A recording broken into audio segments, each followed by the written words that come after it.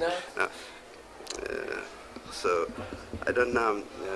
I'm 47. Yeah. I was born in Moscow in 1953. I graduated from Moscow Oil and Gas Institute. My specialty was radiation chemistry, and after that I started my work initially in the Institute of Minister of Health in the area of radiation biology.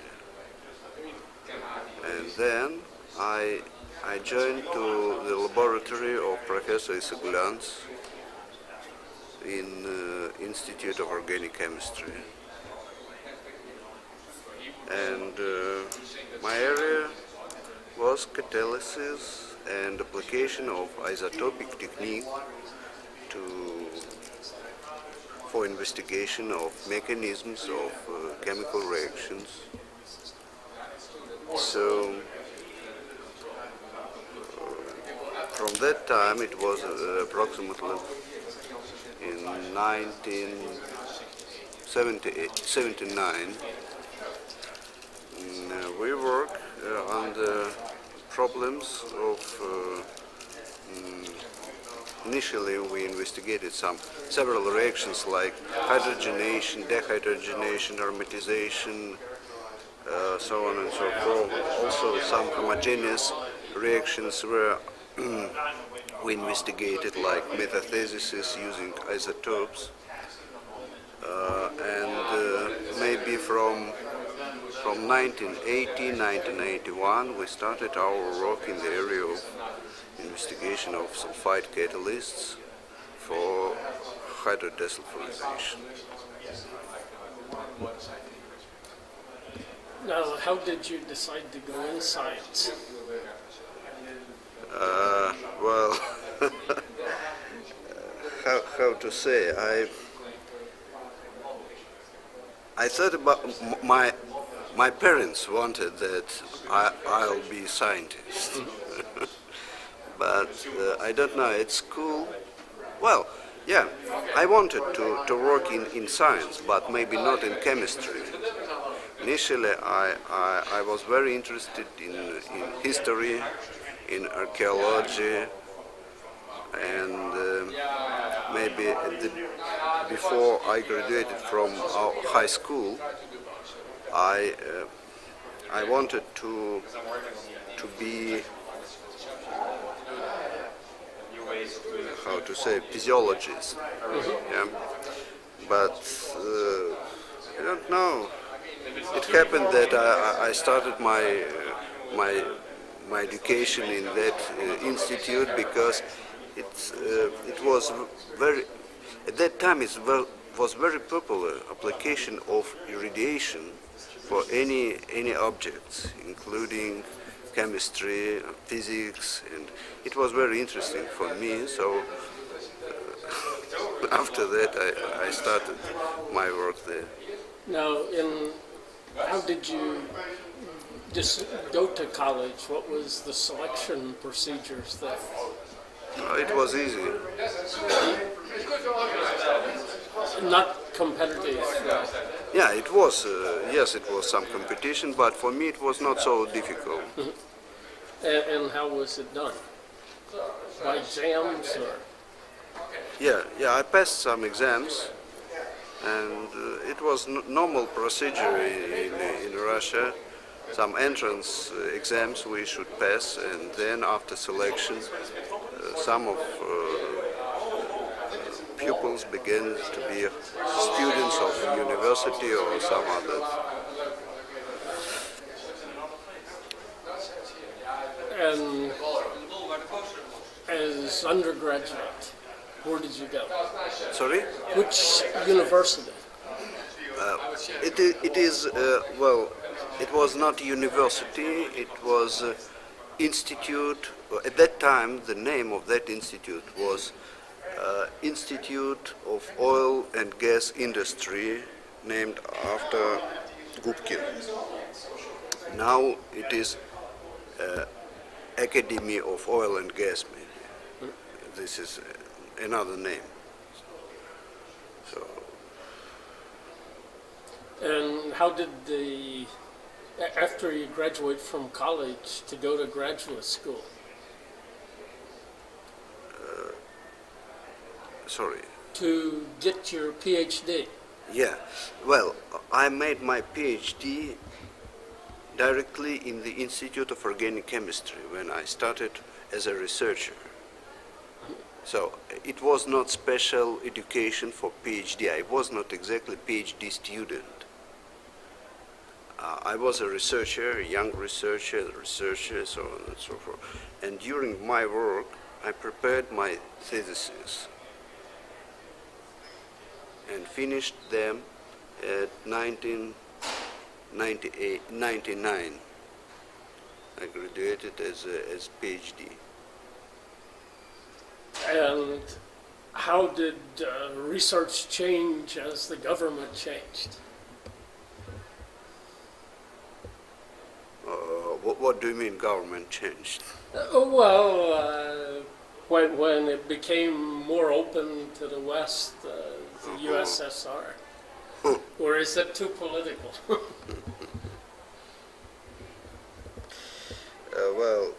At the beginning we didn't feel some essential changes, but from time to time we feel some problems with financial support, and during maybe the how to say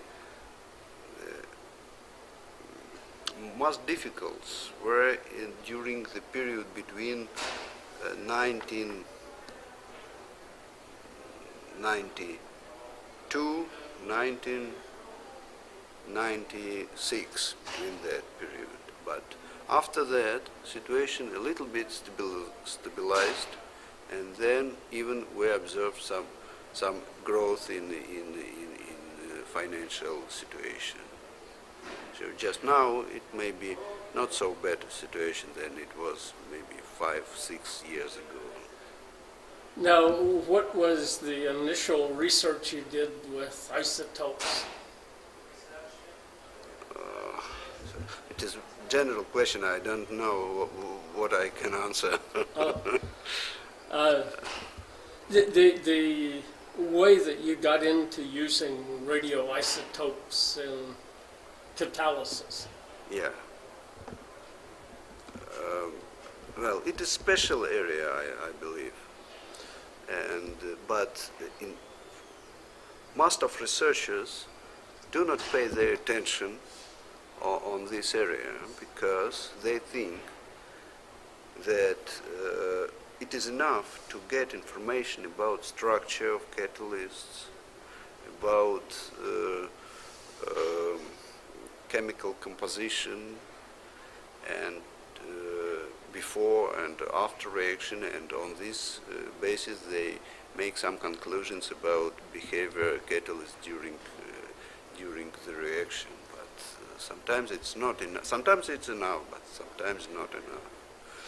And to my mind, isotopic application allowed us to obtain some dynamic information directly in the course of the reaction. Sometimes it's very important because only application of this technique allowed us to watch what happens on catalyst surface, to get information about intermediates, some special particles, and I think it is very useful technique. Who was the first person you worked with on isotopes? Professor Isagulans, I believe. Whom? Professor Isagulans. And how did he get involved in isotopes? How he was involved? Yeah. How did he get started? I don't know exactly because, this end of May, he was he he's he, he's how to say 80 years old. So it was many years ago when he started this work. So as far as I know, he started his work in laboratory of Professor Blandon. So at that time, after nuclear weapon tests and after discovery of nuclear energy, it was also very important to find some areas for application of isotopes. So at that time, he started his scientific research, and I believe that Professor Blandon suggested to use this technique to catalysis. Now, did you get to know Professor Blandon? No. I did. You know about him from anyone, or how he got into dehydrocyclization and hydrocarbons? Yeah, a little bit. I know that his life was very hard Yes? because he spent many years in, how to say, in concentration camps. Oh. You know, yeah. No, Many years, twice. At the end of Second World War, and then few years he spent after first arrested, and then again. So he was spent not simple life. Not simple life. and how did he get back able to practice science? How? Yes. What happened that he got out?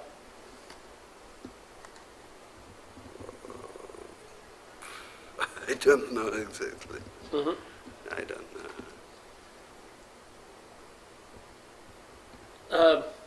Who are the individuals that you work most closely with during your career?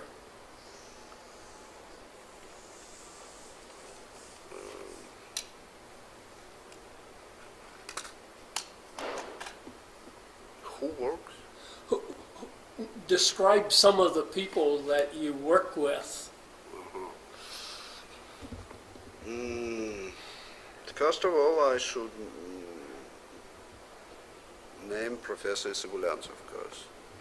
And some of my co-workers, of course, Dr. Alexander Greish was my teacher in the experimental work. He was my supervisor for PhD. Then I was under, well, maybe so many, Dr. Dubinsky,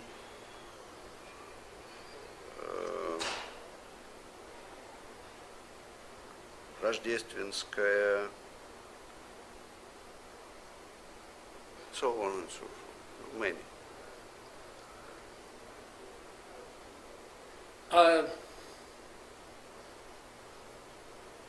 What has been the best thing about research so far? Excuse me. What have you done that you enjoyed most? When I get some success in science, I believe. Yeah, then I get some interesting results. It's sometimes very interesting. So. And what do you consider your best results so far? Well,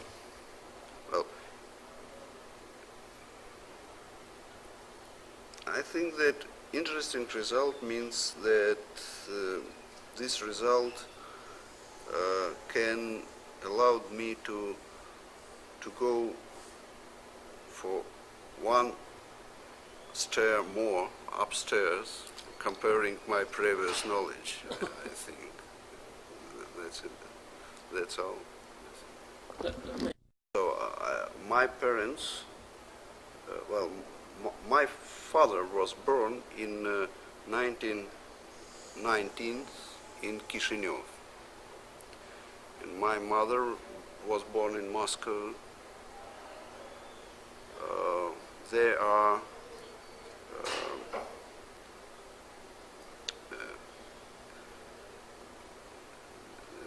they work in medicine, both. Both. So, but they both passed away maybe some years ago.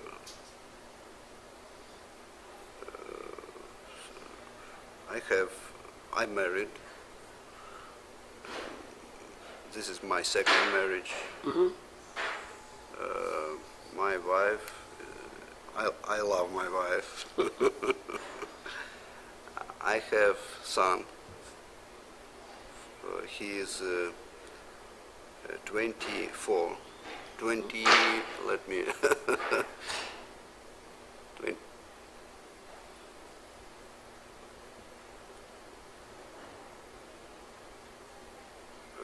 25, I'm sorry. Yes, and he is PhD student now in the area of economics. He works in the Institute of United States and Canada. Oh. Yeah.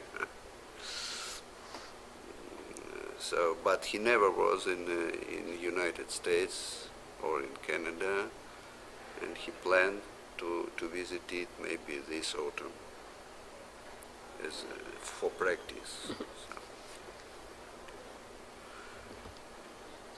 And what did your parents do? Where did they work, in a hospital or? Yeah, in hospitals. Yeah, they were both. Their specialty was how it is in English. I'm not sure. Gynecologist for women. Oh, gynecology. Yeah. And during the Second World War, were they in? They were students. Oh, So they didn't participate in the Second World War.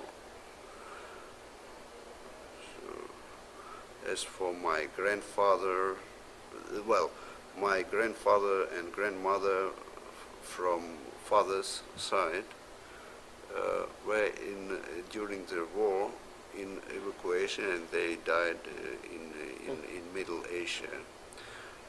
All my parents are Jew, and I'm Jew too. Oh, I didn't. Yeah. And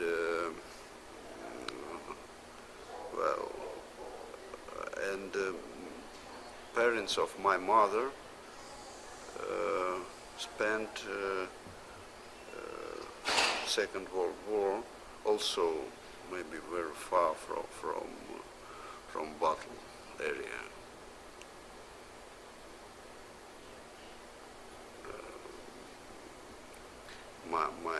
My grandfather was economist, and mother was home wife.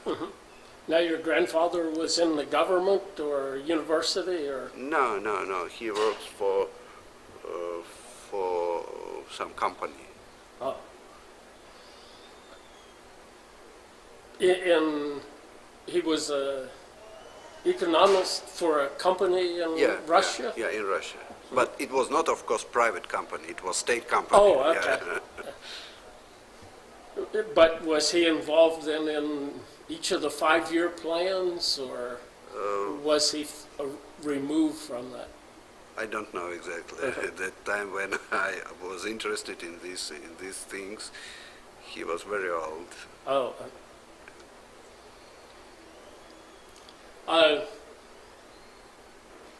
Was it possible to be in science and not involved in politics in USSR?